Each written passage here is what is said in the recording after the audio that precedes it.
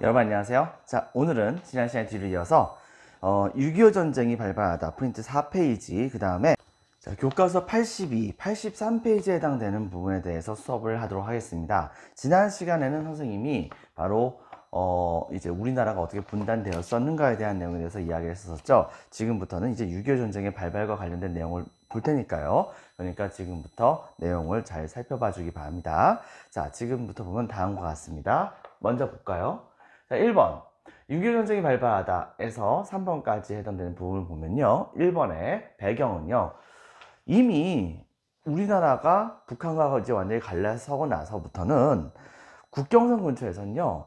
여러 차례 걸쳐 가지고서 전쟁 상황은 아니라고 하더라도 양측 간의 전투가 빈번하게 벌어지고 있었던 상황이었습니다. 옹진반도라든가 이런 쪽에서는 아주 수차례 걸쳐 가지고서 거의 전쟁 수준이라고 얘기할 수 있을 정도의 전투도 자주 벌어지고 있던 상황이었어요. 그렇기 때문에 이 남북 간의 그런 소규모 전투가 계속해서 벌어지는 것들은 양측 간의 적대감을 강화시키는 역할을 했었던 것이라 볼 수 있겠죠. 자, 이때 당시에 북한 같은 경우에는 남한에 비교해서 봤을 때 훨씬 더 빠른 속도로 국가가 안정화가 되고 있었던 건 상황이었습니다. 때문에 언제든지 간에 남한이 그다지 그렇게 완전하게 정권이 안정화되지 않은 상황에서는 조금만 더 힘을 쓰게 된다고 한다면은 남쪽을 공격을 해가지고서 장악을 할 수도 있겠다는 생각을 했었던 거예요. 자, 그렇기 때문에 이 당시에 이 북한은 계속해서 소련에게 지원을 받으려고 노력하게 됩니다. 이때 당시에 이 소련 같은 경우에는요, 북한군에게 나름대로는 북한군의 그런 현대화를 위해서 여러 가지 측면에서 물심양면으로 지원을 실제로 많이 해주기도 해요. 그러다 보니까 이때 당시에 우리나라 같은 경우는요, 전쟁이 터졌을 때 탱크 하나도 없었고, 그 다음에 군함 같은 경우에도 그다지 많지 않았던 데 비해서 북한의 경우에는 탱크도 훨씬 더 그 숫자가 많았었고, 군함과 그 외의 모든 것들이 거의 남한을 압도하는 그런 수준에 해당하는 그런 정도의 군사력을 갖추고 있는 그런 상황이었습니다. 전쟁이 당장 일어나서 북한이 남쪽을 먹으려고 쳐들어온다고 하더라도 이상할 것이 하나도 없었던 상황이었던 것이죠. 하지만 남쪽도 그렇고 북쪽도 그렇고 군대가 있어야지 전투를 할 거 아니에요. 근데 당시에 김일성은 중국 쪽에게 바로 도움을 요청합니다. 당시 중국은요, 세계대전이 끝나고 나서 얼마 후에 중국 국민당과 공산당이 서로 내전을 벌이거든요. 근데 이 내전에서 결정적으로 국민당이 패배를 하게 돼요. 그래가지고 현재의 타이완 있는 지역으로 도망을 가게 됩니다. 그리고 중국 전역을 전부 다 이 공산당이 차지를 하게 되는데, 그때 당시에 이미 옛날서부터 중국군에 같이 가담해가지고서 활동했었던 군대가 있었습니다. 혹시 기억날까요, 여러분들? 바로 화북 지역으로 나가가지고서 거기에서 중국군과 같이 연합을 해가지고서 일본군과 싸움을 벌였었던 바로 조선의용군 화북독립동맹 기억납니까? 조선독립동맹. 바로 그 김두봉의 조선의용군이 되게 활약을 많이 하고 있었는데, 이분들이 이때 당시에 사회주의 계열 쪽에 해당되다 보니까 이때 당시에 북한의 김일성은 중국 쪽에게 요구를 해가지고서 이 조선의용군에 해당되는 그런 사람들이 이 북한 쪽으로 귀국을 할 수 있도록 요청하게 됩니다. 그뿐만 아니라 그 외에도 굉장히 많은 중국군 안에 소속되어 있었던 조선인들이 북한 지역으로 들어올 수 있도록 조치를 해달라고 요청을 하게 돼요. 그래서 그 말을 실제로 들어주게 되죠. 자, 그 결과 이 조선의용군의 상당수가 이때 당시에 북한 지역으로 들어가게 됩니다. 문제는 이 조선의용군은요, 그냥 군대가 아니에요. 정말 오랜 시간에 걸쳐 가지고서 바로 일본의 군대와 정말 미친 듯이 싸움을 벌였었던 그런 군대였었습니다. 실전 경험이 굉장히 많았었던 거죠. 그런 군인들이 북한 지역으로 들어왔어요. 그렇다고 한다면은 그들이 중심이 돼가지고서 훈련시킨 군대는 실전 경험을 갖고 있었던 군대 장교들이 바로 부하들에게 자신의 경험 같은 것을 알려주게 되면서 자연스럽게 북한군은 굉장히 빠른 속도로 실전 경험을 많이 전달받았었던 강력한 군대로 거듭날 수밖에 없었습니다. 하지만 이때 당시에 남한 지역의 군대의 경우에는요, 만주군 출신인 경우가 되게 많았었고요. 그 다음에 이때 당시에 독립군 출신에 해당되는 사람들도 있었지만은 이분들 숫자가 그다지 많지가 않았었어요. 결과적으로 어떤 일이 벌어졌었느냐, 이때 당시에 전쟁이 터졌을 때 남한의 군대는 사실 전투 경험이 그다지 많은 편도 아니었었던 상황이었습니다. 그러다 보니까 일방적으로 밀릴 수밖에 없었던 것이죠. 자, 그래가지고서 소련의 북한 지원이 있었고, 그 다음에 중국의 지원, 즉 조선의용군 등의 군대가 이때 당시에 들어오게 됐었어요. 자, 그런데 이제 문제는 뭐가 있었느냐, 이때 당시에 미국의 바로 애치슨이라고 하는 장관이 바로 이른바 애치슨 선언이라고 하는 것을 하게 됩니다. 프린트 4페이지에 나와 있듯이 바로 그 애치슨 라인이라고 하는 것을 이때 당시에 선포를 하게 되는데요. 즉, 이 애치슨 라인 안쪽에 있는 나라들, 대표적으로 한국이 포함되지 않습니다. 일본과 그 다음에 필리핀 지역으로까지 걸쳐져 있는 그런 라인을 중심으로 해서 만약에 사회주의 세력들이 이곳을 침공하게 된다고 한다면 적극적으로 여기에서 반격을 하겠다라고 약속을 했었던 그런 선언이었었어요. 근데 이걸 뒤집어 얘기한다고 한다면 그 라인 바깥쪽에 있는 나라들은 만약에 적들이 쳐들어온다고 하더라도 미국이 나서지 않을 수 있다라고 하는 것을 선언한 것이라 볼 수 있는 것이거든요. 근데 바로 그 바깥쪽에 있는 나라 중에 대표적인 나라가 바로 대만과 그 다음에 우리나라였었습니다. 이렇게 되다 보니까 김일성은 여기에서 뭔가 좀 착각을 한 거예요. 그러니까 이건 결과적으로는 미국은 딴 건 몰라도 필리핀이라든가 일본까지는 확실하게 방어를 해주겠지만 남조선은, 남쪽은 절대로 방어해주지 않을 수 있을 것 같다는 그런 생각을 갖게 되었던 것입니다. 자, 그래가지고서 바로 이때 당시에 전쟁을 바로 일으킨다고 한다면 순식간에 남한을 먹어치울 수 있을 거라 생각했던 거예요. 거기다가 여러분들 알다시피 이 정권이 수립되는 과정 중에서 남한 쪽에 있었던 많은 사회주의 세력들이 정부에게 저항을 하면서 빨치산 부대라고 하죠. 바로 산속에 들어가 가지고서 바로 이제 게릴라식으로 한국군을 괴롭히는 모습을 많이 보여주기도 했었거든요. 그리고 또 한 가지, 바로 그런 부대들이 계속해서 유지가 됐었다는 얘기는 민중들이 이때 당시에 바로 그러한 산속에 들어가 있었던 사회주의 세력에 해당되는 사람들을 적극적으로 많이 도움을 줬기 때문에 이러한 활동이 가능하다고 생각했었던 이때 당시에 김일성 같은 경우에는 만약에 전쟁이 딱 터지자마자 남쪽으로 내려와서 서울만 점령하면 전국에서 다 들고 일어나 가지고서 순식간에 남한 정부가 전부 다 뒤엎어질 거라고 생각했던 거예요. 자, 그렇게 판단했다고 한다면 이제 남은 길은 하나입니다. 바로 남쪽을 침공하는 거죠.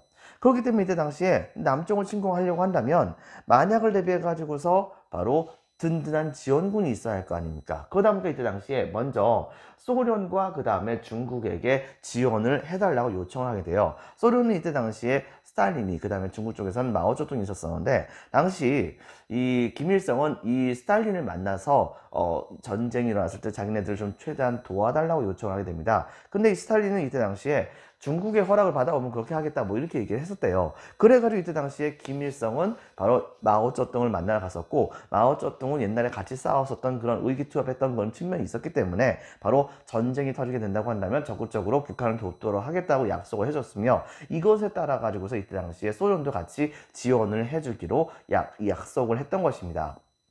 다만 소련은 바로 전쟁이 터지게 된다고 한다면 직접적으로 군대를 파병해 가지고 싸워주거나 하는 것은 아니었던 거예요.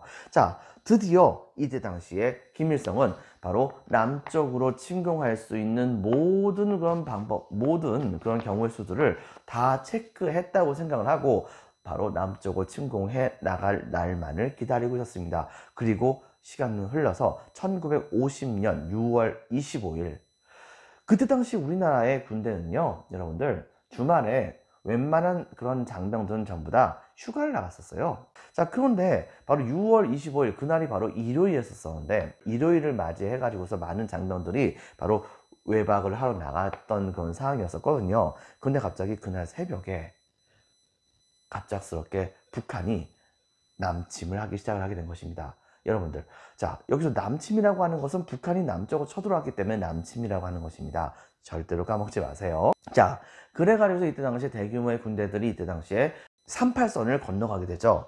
여기 보다시피 이 38선을 딱 이렇게 건너가게 되게 되니까 여기에 처음에 이 남쪽에 있었던 국군은 이것을 감당을 하지 못하게 됩니다.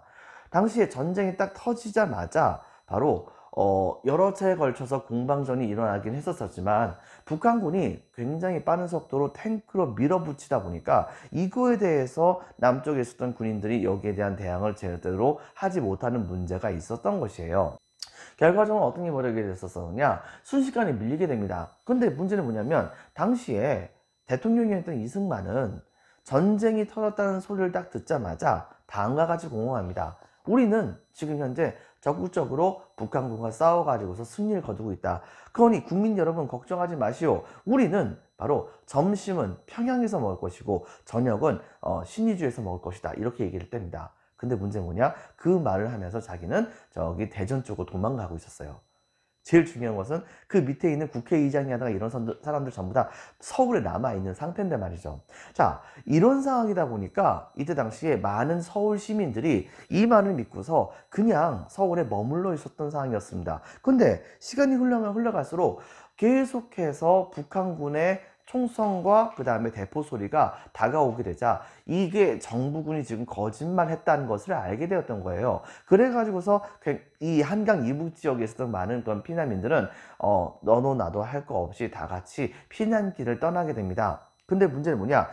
한강 철교를 건너가야 될 거 아니에요. 근데 한참 건너가다가 그러다가 몇몇 철교에서는요 피난민들이 다 건너오지도 않은 상태인데 북한군이 너무 가까이 오고 있다는 명목을 해가지고서 피난민들이 건너오고 있는데 그 다리를 폭파시키는 그런 모습도 막 보여주기도 했었어요. 자, 이렇게 되면서 엄청나게 이때 당시에 많은 군대인들이 밀려나가게 한국군은 계속해서 북한군에게 밀려나가게 되는 그런 상황이 되게 되었던 것입니다.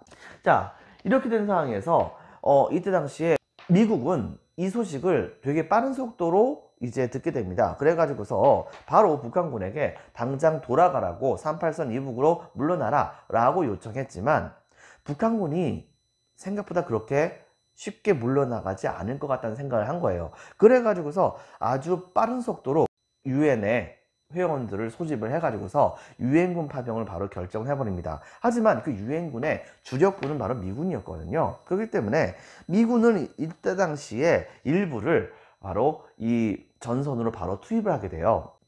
먼저 이 일본 지역에 주둔해 있었던 일부 군대들, 뭐 스미스 부대라고 하는데 이 부대를 이때 당시에 지금 현재 오산 지역이 있습니다. 경기도 오산 지역으로 일단 파병을 해가지고서 거기에서 적극적으로 북한군과 싸우도록 하는 조처를 취하게 합니다. 근데 그때 당시에 파견했던 그 군대의 숫자가 그다지 많지 않았거든요. 근데 이 미국은 다음과 같은 효과를 노렸던 것 같아요. 북한군이 내려오다가 미군의 깃발을 보면 미군이 그렇게 쉽게 참가하지 않을 거라고 생각을 했었는데 갑자기 참가하니까 이 미군의 깃발 때문에 두려워가지고서 돌아갈 거라고 생각했던 거예요. 그리고서 오산 지역에서 바로 본격적으로 대대적인 전투를 벌이게 됩니다. 하지만 이 전투에서 완벽하게 미군이 패배하게 됩니다.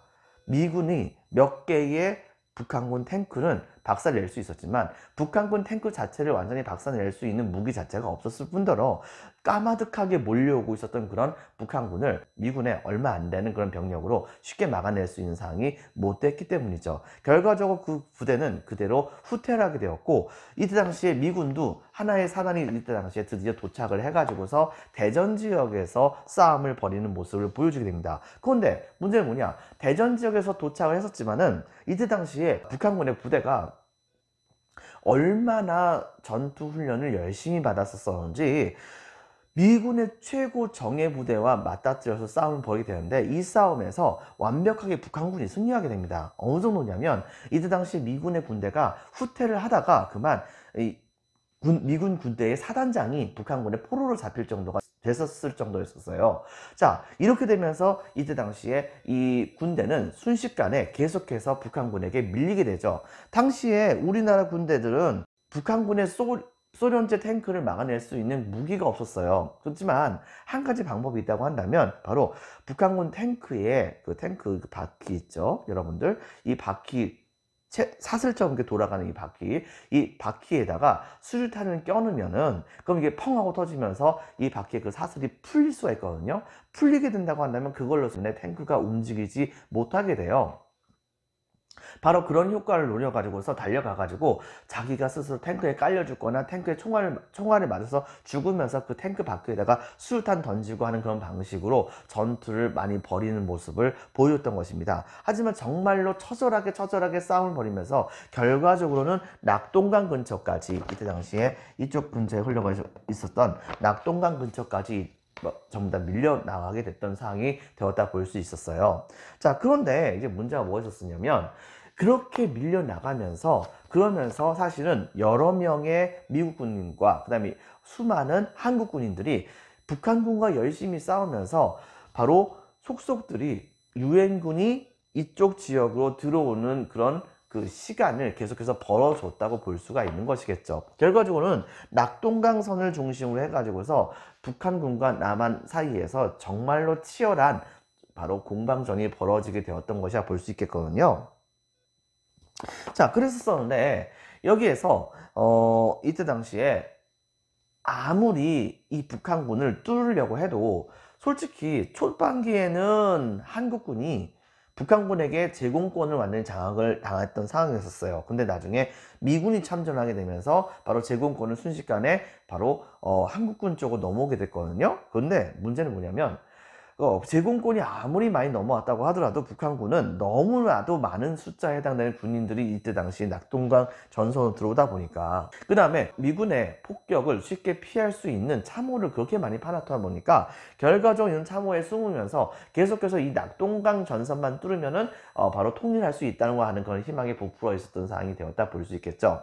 근데 이때쯤에 미군의 맥어더 장군은 한 가지 생각을 해내게 됩니다. 즉, 모든 북한군의 전력이 이쪽에 몰려 있었지만, 그렇지만은 모든 북한군의 바로 군사물자는 북한 지역에서 나타나는 거잖아요. 때문에 이쪽 지역에 있는 군인들이 전투에 필요한 물건을 쓰려고 한다면 북한 지역에서 옮겨와야 한단 말입니다. 그렇다고 한다면 이때 당시 북한군의 거의 대부분의 병력이 이쪽에 가 있을 때 중간을 확 끊어버리게 된다고 한다면, 이것을 쉽게 방어할 수 있는 사람들이 없게 되니까 이걸로 인해 가지고서 북한군이 결과적으로는 패배할 수 있지 않을까 생각을 했던 것이에요. 하지만 우리나라의 가장 큰 문제점이 하나가 뭐냐면 바로 서해안 지역, 동해안 쪽으로 들어오긴 좀 애매해요. 왜냐면 너무 밑에 쪽이 아니라고 한다면 이쪽에는 태백산맥이 있고 이쪽에는 함경산맥이 있잖아요. 그러니까 이 산맥을 건너가지고 간다는 게 쉬운 건 아니잖아요. 자, 그렇기 때문에 간다고 한다면 서해안 쪽으로 들어가서 막아야 되는데, 문제는 썰물과 밀물대의 조석간만의 차가 너무 깊었던 겁니다. 자, 이렇기 때문에 이때 당시에 맥어더 장군은 이른바 인천 상륙작전이라고 하는 것을 펼치려고 했었을 때 이것이 쉽게 진행되지 않을 거라고 하는 것을 많은 사람들이 생각을 해가지고서 맥어더 장군을 열심히 뜯어 말렸었대요. 하지만 맥어더 장군은 현지인들의 도움을 받아가지고서 결과적으로는 인천 상륙작전을 펼쳐가지고서 이 가운데 지역을 막아버리게 됩니다. 즉 인천에 상륙해가지고서 북한군의 보급로를 확실하게 끊어버리게 돼요. 근데 북한군도 바보는 아닙니다.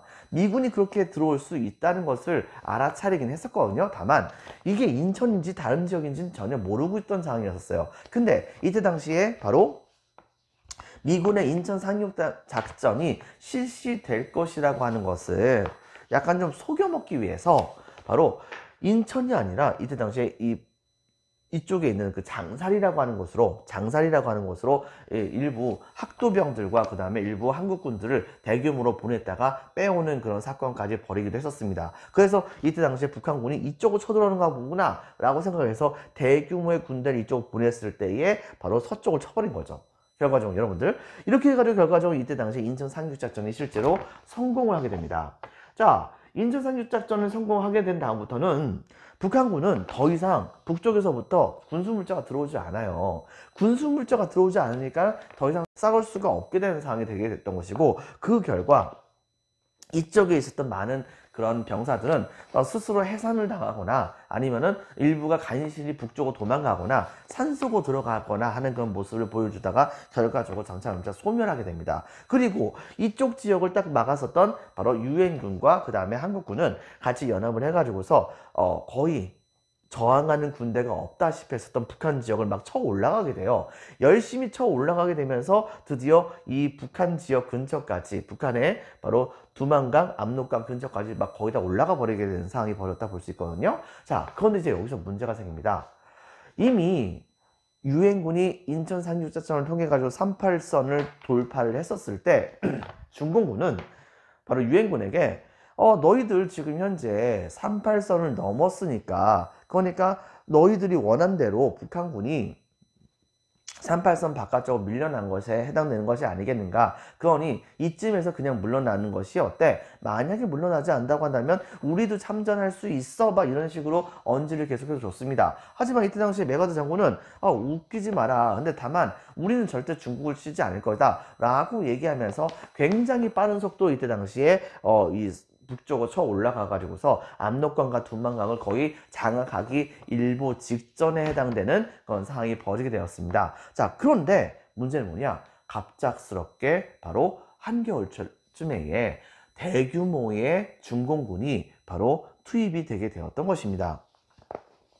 북한군이 거의 소멸된 거나 마찬가지인 상황에서 대규모의 중공군이 투입이 되게 되면서 이때 당시에 메가더 장군은 사실 전략이고 뭐고 이런 거 생각하지 않고 빨리 장악을 하게 된다고 한다면 우리는 크리스마스를 집에서 보낼 수 있을 거다, 막 이런 식으로 얘기하면서 전군 전진을 빠른 속도로 하도록 해라 라고 딱 얘기했었던 상황이었는데, 이 군대들이 북쪽으로 쫙 올라가는 과정 중에서 그만 중공군을 만나게 됐던 것이죠. 그리고 그 군대는 일부는 지금 이제 중국 쪽에서 이제 엄청나게 대유행을 하고 있다고 하는 영화가 있거든요. 장진호 전투라고. 근데 이 장진호 전투라고 하는 그런 전투는 우리나라의 개마고원 근처에서 있었던 전투예요. 근데 이 전투에서 엄청나게 많은 숫자에 해당되는 중공군이 미국의 해병대를 공격을 하는 사태가 벌어지게 됩니다. 이 전투에서 이 해병대는 거의 반파당합니다. 그리고 중공군 같은 경우에는 이때 당시에 몇만 명이 넘는 사람들이 사상당하는 사태가 벌어지게 됐었어요. 거의 미군의 몇 배가 넘을 정도에 해당되는 그 군인들이 죽거나 다치게 되는 그런 상황이 되게 됐었어요. 자, 그런데 이제 문제는 뭐가 있었냐면 지금 현재 중국 쪽에서 얘기했던 것처럼 중공군이 엄청나게 승리했다더라 이렇게 얘기했을 것은 아닙니다.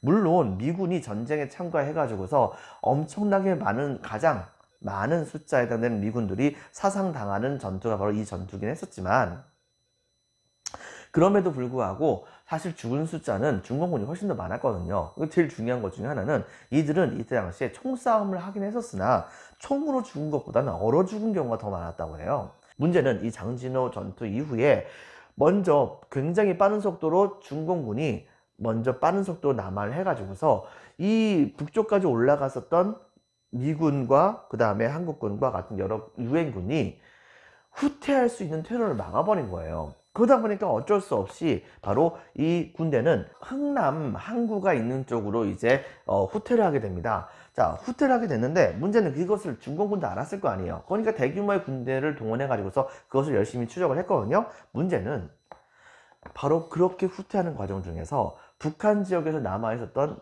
굉장히 많은 피난민들이 바로 그 유엔군을 따라가지고서 흥남부두까지 같이 간 겁니다. 여러분들. 자, 결과적으로 이 유엔군은 사실 피난민들까지 태울 생각이 전혀 없었거든요. 그런데 이때 당시에 피난민들이 너무 많이 오게 되니까 여기서 고민에 빠지게 된 거예요. 하지만은 미군은 이때 당시에 그냥 군인들만 태우고서 집에 가려고, 남쪽으로 내려가려고 하셨어요. 하지만 이때 당시에 몇몇 장교들이 가가지고서 미군의 그런 사령관에게 우리가 우리 동포를 절대로 적지에 놔두고서 갈 수는 없습니다. 그러니 저들까지 제발 좀 태워주십시오. 라고 엄청나게 이제 빌고 요청을 해가지고서 결과적으로 미군은 나름대로 대승적인 그런 결단을 내립니다. 즉, 바로 배에 있었던 엄청나게 많이 실었어야 했었던 많은 무기들을 그냥 바다에다 갖다 버렸었어요. 그리고 외부에서 또 실었어야 했던 여러 가지 무기들을 전부 다 폭파시켜 버립니다. 그렇게 하고 바로 그 빈자리를 그 지역에 있었던 대규모의 굉장히 많은 피난민들을 최대한 실는데 가장 많은 노력을 하게 됐었어요. 그리고 거의 대부분의 피난민들을 실제로 실었습니다. 그렇게 해가지고서 간신히 흥남부두에서 탈출해가지고서 남쪽으로 다시 내려올 수가 있었었죠. 하지만 이때 당시에 중공군의 파죽지세를 쉽게 막아낼 수 있는 상황은 아니었기 때문에 계속해서 유엔군은 이 중공군에게 밀려가지고서 다시금 서울을 뺏기게 되는 사태가 벌어지게 됩니다. 이 사건을 일컬어서 이제 1월 4일에 일어났었던 대표적인 후퇴 사건이다 라고 해서 일사후퇴라고 얘기하는데요. 이 일사후퇴 이후에 서울을 다시 한번 뺏겼었지만 이후에 드디어 이제 우리 한국군과 그 다음에 유엔군도 정신 차리게 됐었어요. 대비태세를 철저하게 한 다음에 다시금 북쪽으로 밀고 올라가기 시작했었죠. 여기에 중공군도 같이 밀리게 되었던 것입니다. 결과적으로는 38선은 이쪽에 해당이 되는데 중공군이 여러 차례 걸쳐 가지고서 계속해서 침공을 해 나가긴 했었지만 어쨌든 간에 개성을 포함한 몇몇 군대는 결과적으로는 찾지 못했었으나 그러나 오히려 한국군과 그 다음에 유엔군은 같이 이 38선의 동쪽 지역에 해당되는 강원도 지역으로는 북쪽으로 더 많이 올라가게 됩니다. 이렇게 되면서 지금 현재 이렇게 보이다시피 서쪽으로는 남쪽으로 더 내려오고 그 다음에 동쪽은 북쪽으로 더 올라가는 그런 형태의 지금 현재 우리가 알고 있는 휴전선에 해당하는 그 지역까지 바로 영역을 차지하는 모습을 보여주게 되었던 것이에요. 그렇게 해서 이제부터 이제 치열한 공방전이 벌어지긴 했는데 문제는 뭐냐면 이제 더 이상 누구가 더 승기를 잡았다고 얘기할 수 없을 정도로 전선은 계속해서 교착 상태가 되게 됩니다. 이렇게 되게 되자 이제 더 이상 싸울 필요가 뭐가 있겠는가 라고 생각을 해가지고서 이때 당시에 유엔군과 그 다음에 북한군과 그 다음에 중공군이 같이 휴전회담을 벌이게 돼요. 이승만 대통령 군대 이때 당시에 전쟁이 터지고 유엔군이 참전하자마자 한국군의 모든 통솔권을 미군에게 유엔군에게 넘겨버리게 됩니다. 이렇게 되다 보니까 자연스럽게 한국군에 대해서 지주적인 명령을 하지 못하는 그런 상황이 되게 되었던 것이에요. 결과적으로는 휴전회담은 우리나라 사람들을 대표해 가지고서 유엔군이 대신 바로 휴전회담을 치르게 되었던 것이죠. 하지만 이때 당시에 그 휴전회담이 그렇게 쉽게 이루어지는 사항은 아니었었습니다. 그런데 이 휴전회담이 이루어지는 과정 중에서 바로 양측의 군대들은 하나라도 좀 더 많은 땅을 최대한 많이 차지하려고 특히 강원도 지역 같은 경우에는 그 다음에 경기도의 북부 지역 같은 경우에는 여러 개의 고지를 두고서 치열하게 공방전을 엄청나게 많이 벌어지게 돼요. 뭐 백마고지 같은 것들도 되게 많이 있기도 했었고요. 이렇게 가지고서 계속해서 공방전이 벌어지면서 이 휴전회담이 생각보다 질질 끌려지게 됩니다. 하지만 결과적으로는 지금 현재 장악한 그런 땅을 중심으로 해가지고서 더 이상 전투를 하지 말자고 하는 휴전이 결정이 되게 돼요. 그래가지고서 휴전을 하겠다라고 했는데 문제는 뭐냐? 이승만 대통령의 입장은 어차피 전쟁을 하게 된 그런 상황에서 어느 한쪽이 확실하게 승리하지 않고 휴전이 되게 된다고 한다면 뭔가 뜨뜻미지근하지 않는가. 그러니까 우리 한국군은 절대로 이 전쟁을 중간에 끝낼 생각이 없다라고 하면서 휴전을 반대하게 됩니다. 하지만 문제는 뭐가 있었었냐면 이때 당시에 바로 이 이승만 대통령은 좀 전에 얘기했다시피 국군의 통솔권을 유엔군 넘겨버렸잖아요.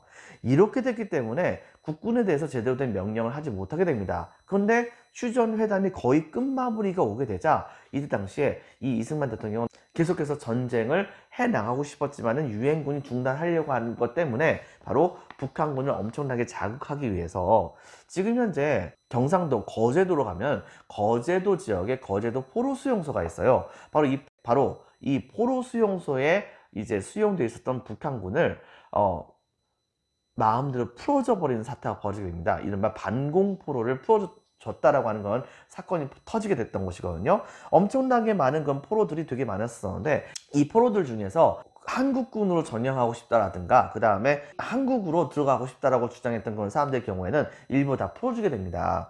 자, 이렇게 되기 때문에 결과적으로 어떤 일이 벌어지게 됐었느냐, 북한군이 이것 때문에 너무 화가 나가지고서 계속해서 전쟁을 하려고 했었지만 문제는 뭐냐, 그렇게 하기에는 북한군도 그 다음에 중공군도 그 다음에 유엔군도 전부 다 너무 지친 거예요. 결과적으로 어떤 일이 벌어졌느냐, 바로 이것을 그냥 인정해 준 채로 휴전을 하기로 합니다. 그리고 미군은 이때 당시에 이승만 대통령에게 바로 딴 건 몰라도 북한군이 더 이상 쳐들어오지 않도록 우리나라에다가 미군을 주둔시켜 주겠다라고 한 약속을 하게 돼요. 그리고 우리나라와 같이 상호방위 조약을 맺게 되는데, 말은 상호방위 조약이지만 실질적으로는 미군이 우리나라를 지켜주는 거죠. 대신에 바로 국군의 통수권은 유엔군 쪽이 갖게 한다라고 하는 원칙에 따라 가지고서 그런 조약을 맺게 됨으로써 전쟁을 끝마칠 수가 있게 되었던 것입니다. 바로 그때가 1953년 7월 달이었었어요.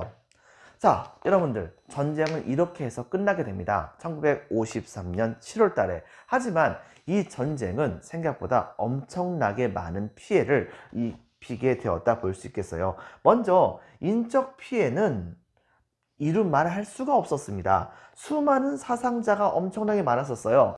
전쟁터에서는요, 죽었던 사람들의 그 시신들이 질비했었고, 사람들을 죽인 다음에는 바로 그 시신들을 제대로 묻지 않는 경우도 정말 많았었습니다. 그리고 또 한 가지는 양측이 서로 밀고 밀리는 과정 중에서 한국군이 점령한 지역에 사회주의 세력에 해당되는 사람들이 있었다고 한다면 그 사람들은 무조건 잡아가가지고서 다 총살시켜버립니다. 반대로 한국군 지역을 북한군이 점령하게 된다고 한다면 북한군은 남쪽으로 내려와가 그 점령한 지역에 있었던 바로 한국 편을 들어섰던 자본가 세력에 해당되는 사람들, 민주주의 세력에 해당되는 사람들을 싹 다 잡아다가 처형하는 사태가 벌어지게 됐어요. 근데 그런 과정 중에서 억울하게 처형당했었던 사람들이 정말 즐비하게 많습니다. 우리나라 같은 경우에도 보면은 거창 양민 학살 사건 같은 것들을 두 대표적인 그런 사례라 볼 수 있겠죠.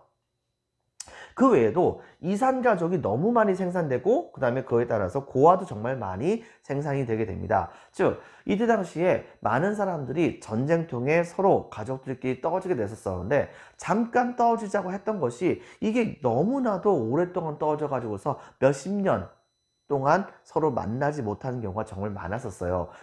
그리고 그나마 만난 사람은 그래도 다행이죠. 일부는 바로 북한에 남은 경우도 있어가지고서 바로 중간중간에 남한과 북한 사이에서의 바로 교류를 통해 가지고서 남북 이산가족 상봉 같은 것을 통해 가지고서 서로 만나는 경우도 있긴 있었지만, 그렇지만 거의 상당수의 굉장히 많은 이산가족 분들은 지금까지도 제대로 만나고 계시지 못하고 지금도 하루하루 돌아가시고 있는 상황이기도 합니다. 바로 이런 측면은 민족의 대표적인 불행이라 볼 수 있는 것이겠죠.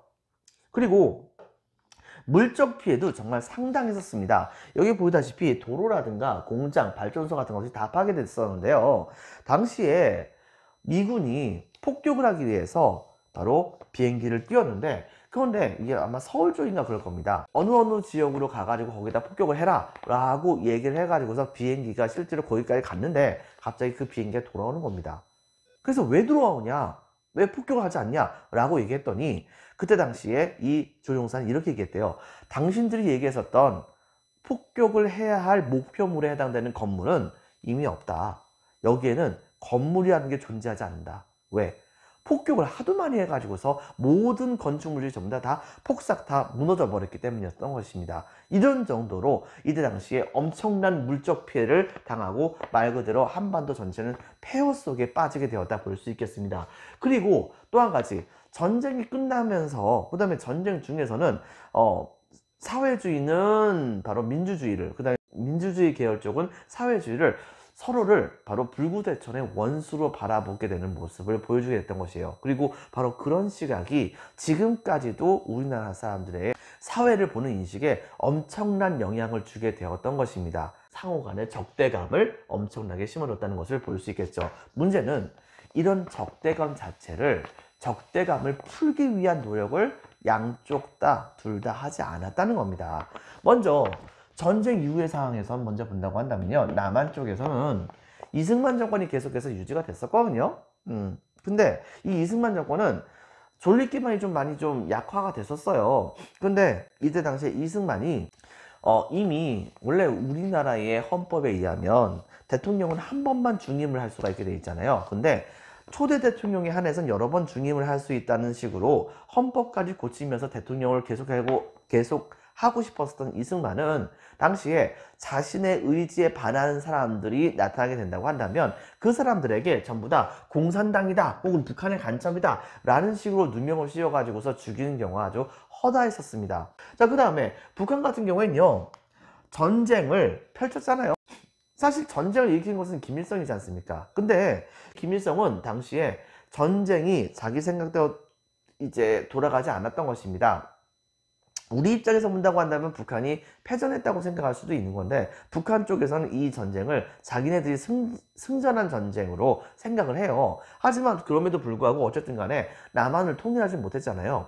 김일성이 수상으로 선출이 되긴 했었지만 이 사회주의자 안에서도 여러 가지 파가 있었거든요. 뭐 소련파라든가 중국 쪽에 해당하는 연안파라든가, 그 다음에 박헌영을 중심으로 했었던 국내파라든가, 이런 세력들이 엄청나게 많았었는데, 이런 파들 사이에서 김일성이 계속해서 자신의 권력을 유지해 나가는 것 자체가 그렇게 쉬운 일은 아니었단 말입니다. 또한 그 외에 나머지 파들도 전부 다가 힘이 엄청나게 셌던 것은 사실이긴 하고요. 하지만 전쟁이 끝나게 되면서, 그러면서 전쟁의 책임을 누군가는 져야 할 거 아닙니까? 그런데 이때 당시에 김일성은 바로 그 전쟁의 책임을 자신의 정적들에게 지어버리게 됨으로써 이걸로 인해 가지고 바로 자신의 정적들을 제거하고 자신의 지위를 공고히 하는데 노력을 하게 되는 모습을 보여주게 됩니다. 여기 보이다시피 전쟁의 책임을 김일성이 반대파에게 전가시켜서 전부 다 숙청을 해버리는 모습을 보여주게 되죠. 그리고 이 상흔은